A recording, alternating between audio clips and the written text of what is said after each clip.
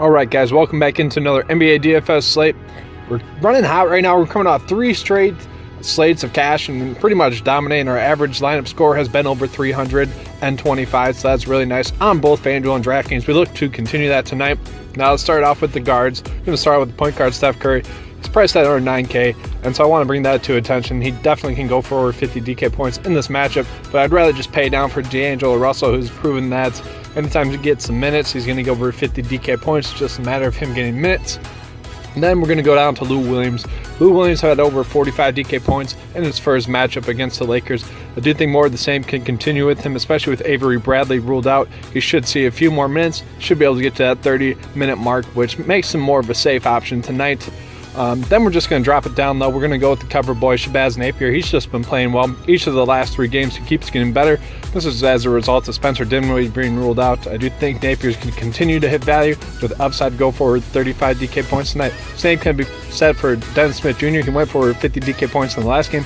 Luka Doncic is ruled out, so I just think you can lock in Dennis Smith Jr. and also get higher exposure to Shabazz Napier. Then we're going to drop it down to the Sixers guard, TJ McConnell. Now he's just too cheap. He's under 4K, and you guys know anytime TJ McConnell's under 4K, I'm going to be targeting him because it's just a safe 20 DK play. Gives you really nothing more, nothing less.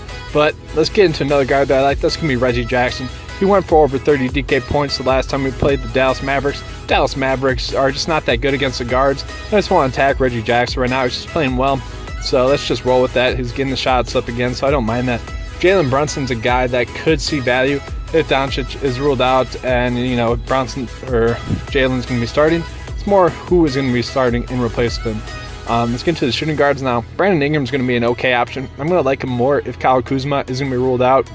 We saw what Ingram can do with that high usage with Kyle Kuzma being out, so that's just more of a wait-and-see option, but I really don't mind him on the slate. He definitely can hit value. Other than that, there's not that many shooting guard options that I like. You go with someone like Marco Bellinelli, who's just been good for 22 DK points in the last few games. Not a horrible option if you're down in that range and you get a shooting guard in there, but I'd rather just go with someone like Reggie Jackson or one of the other two that are a little bit priced up.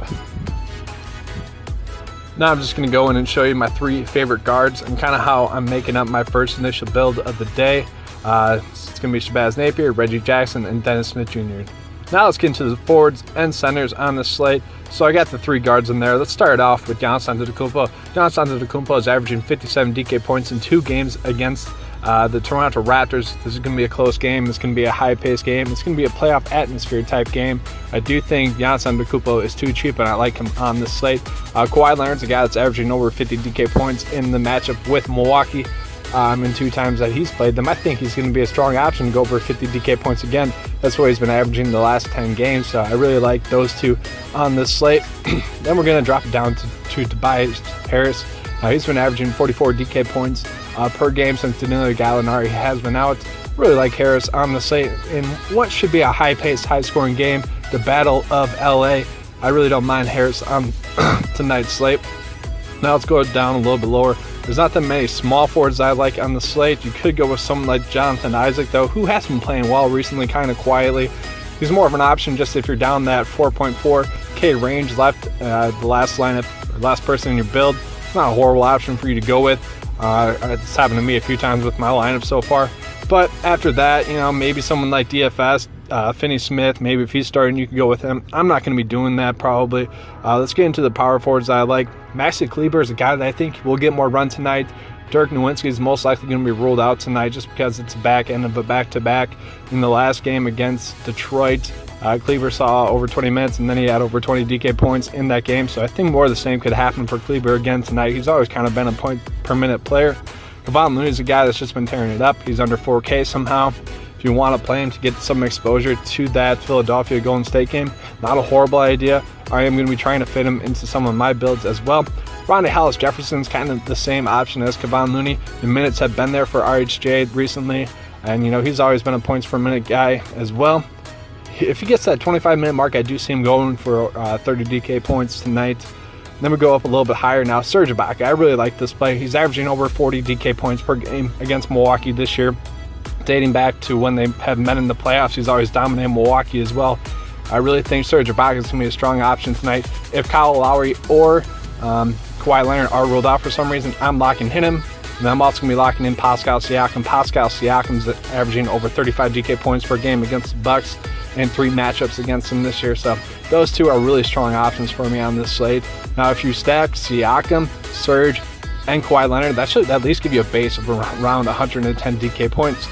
LaMarcus Aldridge is going to be a strong option tonight, especially if DeMar DeRozan's ruled out. Even if he's not, though, he has a strong matchup going against the Brooklyn Nets. I see him getting at least 42 DK points tonight. Not a horrible option for you on this slate. And then lastly, let's get into the centers here. The one that I like the most is going to be Andre Drummond. He's just been playing really well recently, averaging 48 DK points in his last 2 games. He's been going for over 44 DK points in each of the last 6 games. If you take out the 1 game that he got injured, as you can see, he went for over 48 DK points the last time against Dallas. I think if DeAndre Jordan's ruled out tonight, he's questionable, then Andre Drummond even gets a stronger matchup. You probably have to try to lock in Andre Drummond if that does happen. Alright guys, hope you enjoyed the video. Please like and subscribe if you did. I'm going to be trying to get you guys more videos. Maybe I'll go live later on this week, maybe on Friday.